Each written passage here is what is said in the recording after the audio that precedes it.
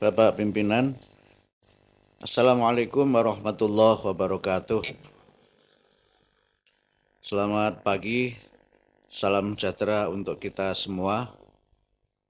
Yang terhormat Bapak Ketua Komite 3 DPD RI, Bapak Dr. Philip Wamafma, beserta seluruh jajaran Wakil Ketua, Bapak-bapak dan Ibu-ibu, seluruh anggota Komite 3 DPD RI yang kami hormati.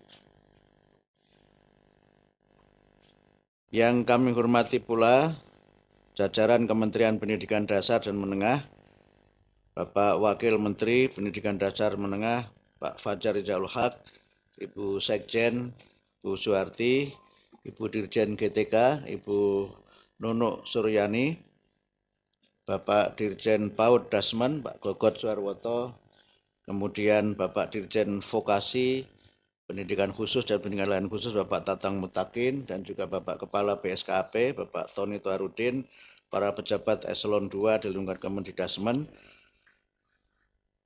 Pertama-tama, kami menyampaikan terima kasih atas undangan yang disampaikan oleh Komite 3 DPD RI untuk kami dapat berbagi informasi dan juga nanti mendapatkan masukan dari Bapak-bapak, Ibu-ibu sekalian untuk memperbaiki kualitas layanan pendidikan dalam rangka mendukung program Astacita Bapak Presiden, khususnya Astacita yang keempat, dan juga visi Kementerian Pendidikan Dasar dan Menengah, yaitu pendidikan bermutu untuk semua. Kami juga menyampaikan terima kasih atas komunikasi dan koordinasi serta kerjasama yang selama ini sudah terbangun dengan sangat baik antara Komite 3 DPD RI dengan Kementerian Pendidikan Dasar dan Menengah.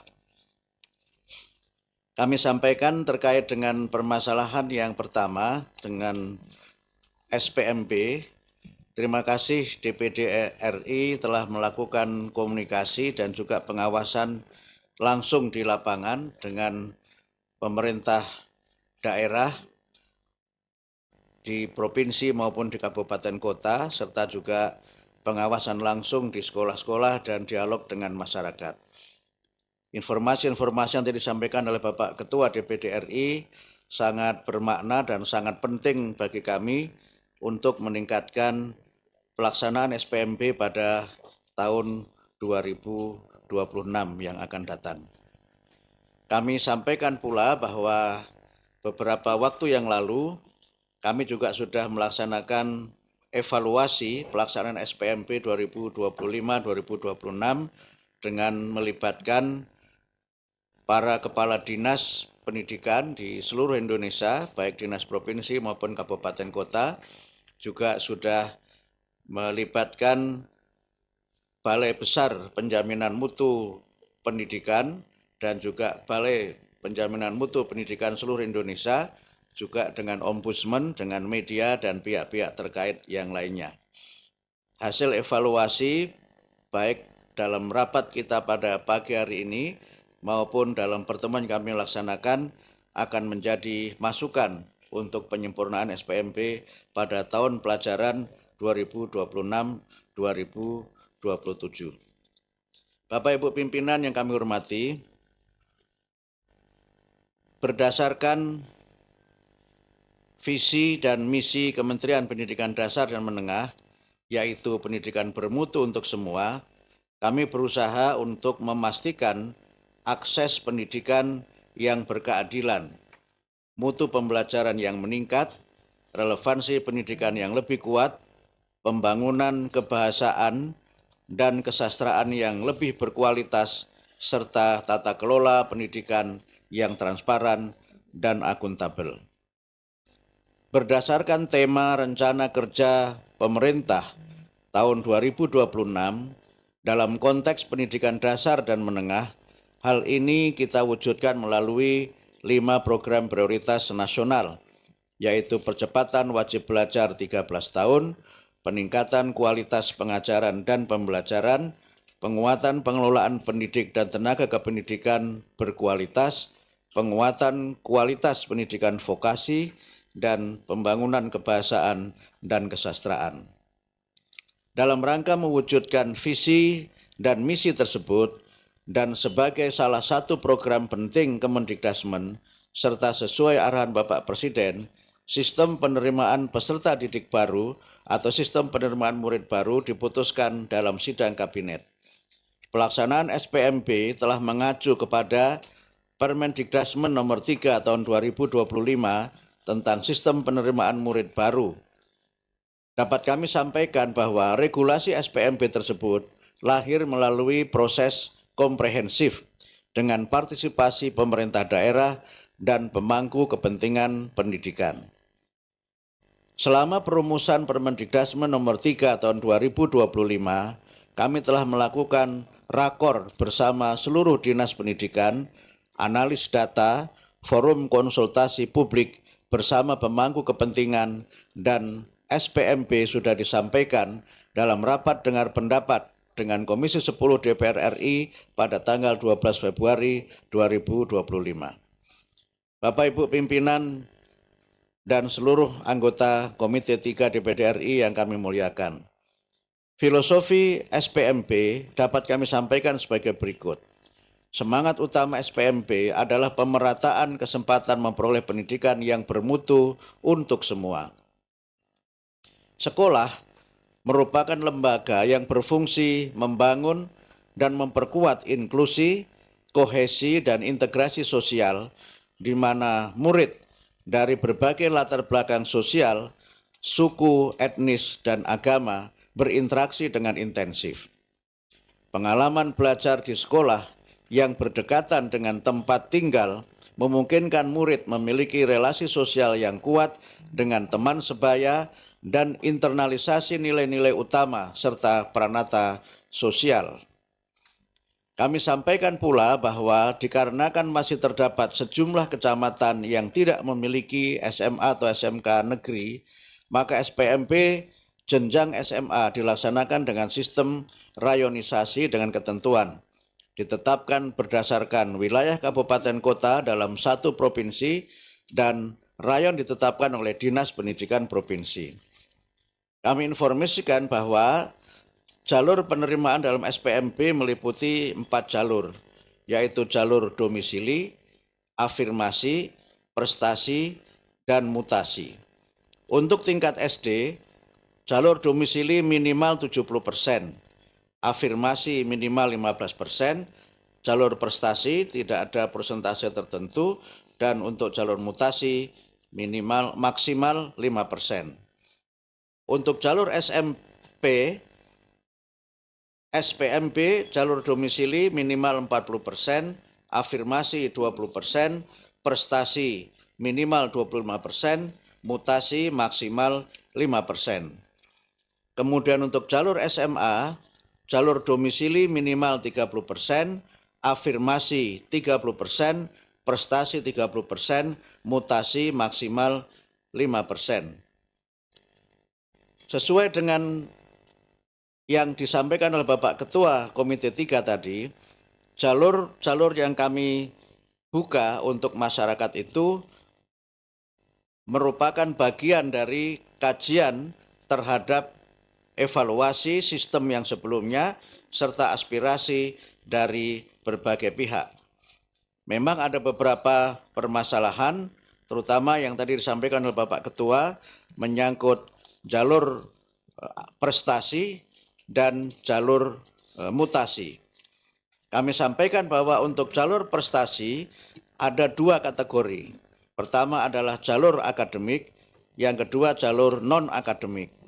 Jalur akademik berdasarkan nilai rapot, sedangkan non-akademik meliputi jalur yang berasal dari olahraga, seni, dan kepemimpinan.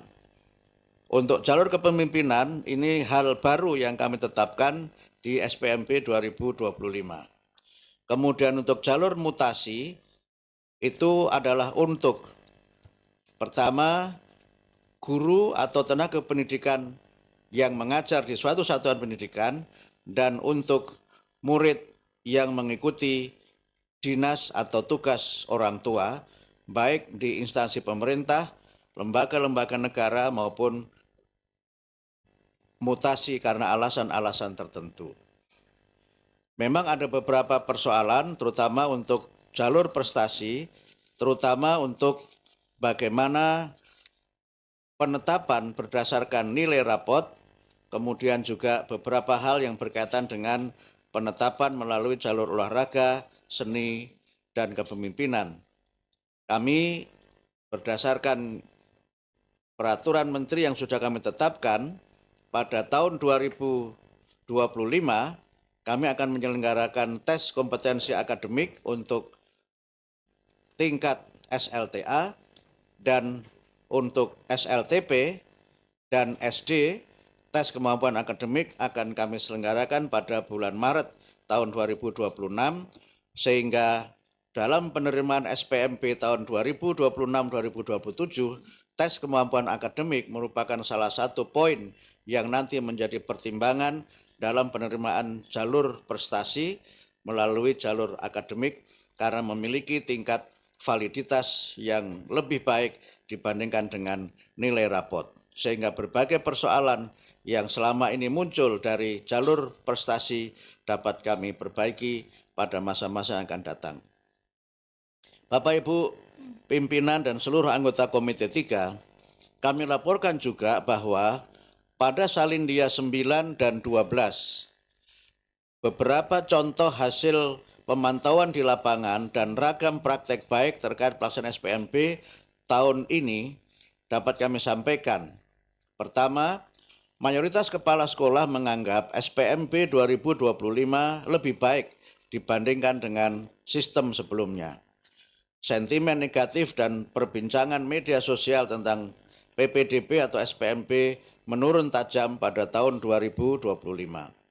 Namun tidak dapat kami pungkiri bahwa masih ada kendala di lapangan yang perlu perbaikan.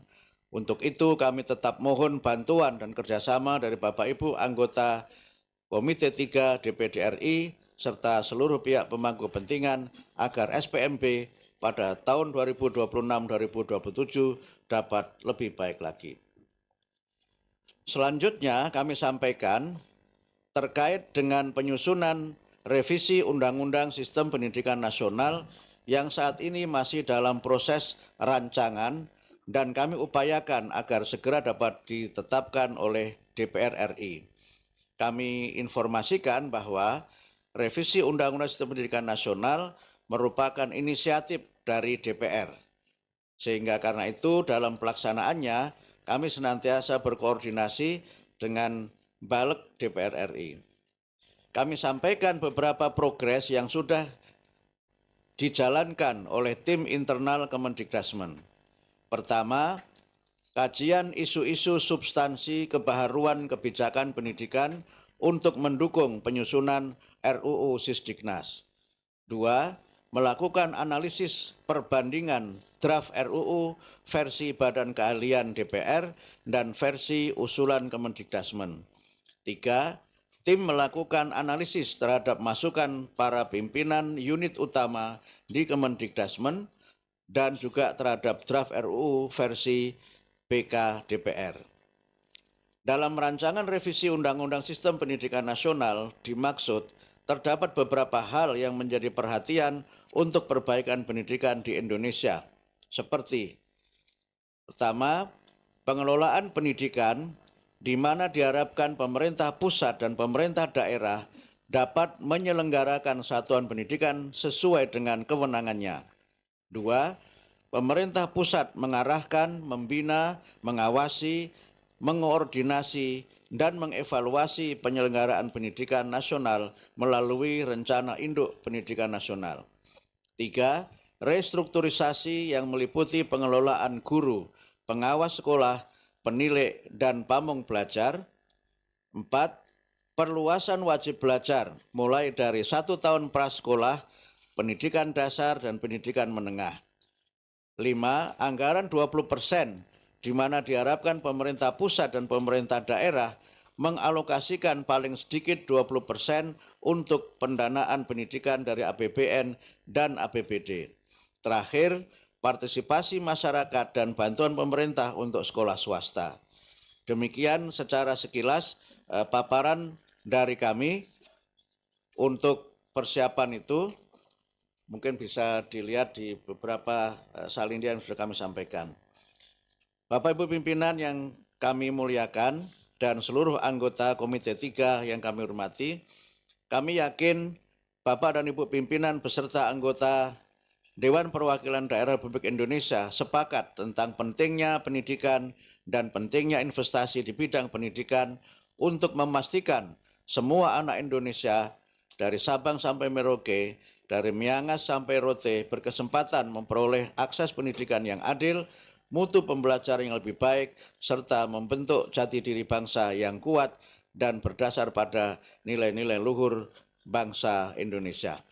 Oleh karena itu, kami semua berharap agar program-program kami dan juga program prioritas Bapak Presiden dapat terlaksana dengan sebaik-baiknya dengan dukungan semua pihak, khususnya Komite 3 DPR RI. Demikian Bapak pimpinan kami sampaikan. Terima kasih. Wassalamualaikum warahmatullahi wabarakatuh.